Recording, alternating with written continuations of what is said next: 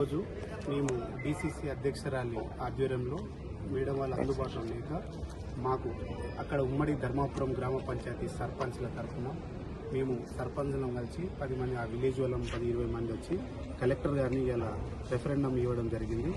ఈ ముఖ్య ఉద్దేశం ఏంటంటే వానకొండ లక్ష్మీ నరసింహస్వామి టెంపుల్ ఆ గుట్ట పైన మైనింగ్ జరుగుతుంది. ఆ మైనింగ్ జరగడం వల్ల ఇక చుట్టుపక్కల గూడాలు తండాలు అందరు ప్రజలు ఉన్నారు. జీవులు మూగజీవులు ఆవులు పశువులు అన్నీ అక్కడే పశు సంపద కూడా అక్కడ డెవలప్ అవ్వడం వల్ల మేము ప్రతి ఒక్కరు మా తండా ప్రజలందరూ ఆ గుట్టను ఆనుకొని ఇల్లు కట్టుకున్నందులో ఆడ వ్యవసాయ భూములు ఉండడం వల్ల మేము తక్షణమే ఈ మైనింగ్ ని ఆపాలని మేడం ఆదేశాల మేరకు ఈరోజు కలెక్టర్ గారిని కలవడం జరిగింది. కలెక్టర్ గారు కూడా ఇలా సానుకూలంగా స్పందించారు. తప్పకుండా మీ వినతిని పరిశీలించి త్వరగా నిర్ణయం తీసుకుంటా అని సానుకూలంగా స్పందించారు.